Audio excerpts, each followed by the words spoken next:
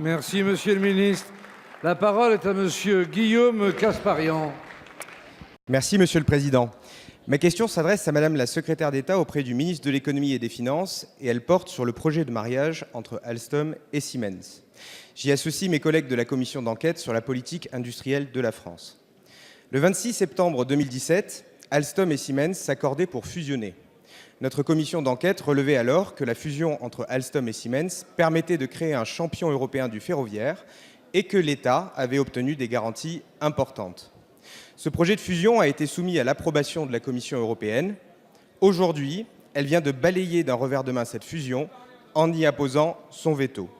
Pourtant, les gouvernements français et allemands étaient pour. Pourtant, Alstom et Siemens ont tout fait pour apporter des garanties à la Commission européenne. Pourtant, cette fusion aurait pu créer un véritable champion européen à même de faire face à la concurrence mondiale et notamment chinoise. Quelle erreur économique! Quelle erreur politique! Pendant que les règles européennes nous enferment dans un dogme concurrentiel dépassé, les Américains et les Chinois, eux, progressent. Ils créent des mastodontes de taille mondiale sans se poser de questions. Rappelons d'ailleurs que le géant CRRC fait 2 fois la taille d'Alstom et Siemens réunis. Ces géants mondiaux viennent affaiblir nos entreprises européennes qui n'ont pas réussi à s'unir parce que quelques technocrates qui vivent dans un igloo les ont empêchés de s'allier pour être plus forts.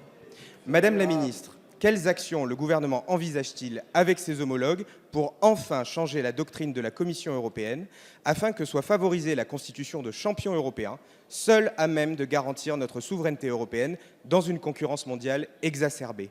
Quand va-t-on enfin créer une politique industrielle européenne conquérante, pleinement mobilisée pour protéger nos intérêts, libérée de ces dogmes technocratiques et qui ne se tire pas une balle dans le pied? Je vous remercie. Merci, cher collègue.